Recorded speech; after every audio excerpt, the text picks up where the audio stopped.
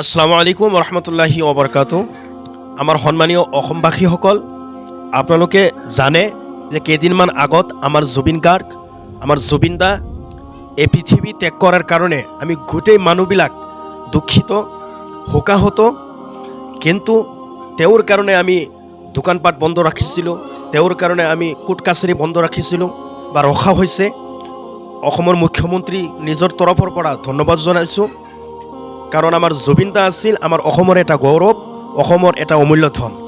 কিন্তু বাংলাদেশত যিটো ঘটনা হৈছে, বাংলাদেশত দীপুচন্দ্ৰ দাস বুলি এটা মানুহ, এটা যুৱক, তেওঁ ধৰ্ম অৱমাননা কৰাৰ কাৰণে বাংলাদেশী কিছু নামদাৰী মুছলমানে তেওঁক হত্যা কৰিছে।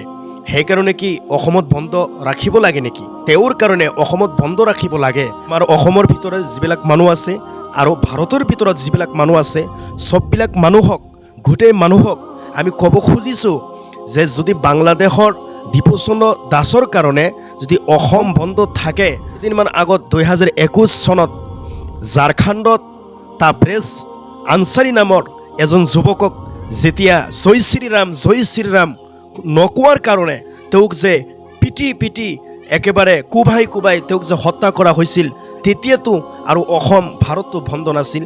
সেইকাৰণে আমি চববিলাক মানুহক অনুৰোধ কৰিছোঁ যে আমি কোনেও যাতে হিন্দু মুছলিম এইটো নকৰি আমি সকলোৱে যাতে মিলিজুলি এই অসমত বাস কৰিব পাৰোঁ, আমি যাতে অসমত চবে মিলাপ্ৰীতিৰে থাকিব পাৰোঁ।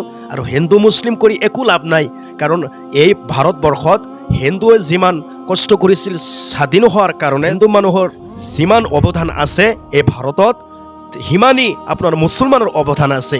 এই ভাৰত আমাৰ গণতন্ত্ৰ দেশ, ইয়াতে আমি হিন্দু মুছলিম খ্ৰীষ্টান বৌদ্ধ ইহুদী বুলি একো লাভ নাই। আমি চবেই মিলিজুলি থাকিব যাতে পাৰোঁ, এই সিদ্ধান্ত আপোনালোকে চবেই লওক। আমি আমাৰ তৰফৰ পৰা আপোনালোকক অনুৰোধ জনাইছোঁ, আপোনালোকে এই সিদ্ধান্ত লওক যে আমি সকলোৱে যাতে মিলিজুলি থাকিব পাৰোঁ। কিহৰ হিন্দু মুছলিম, আমি চবেইতো একেই মানুহ।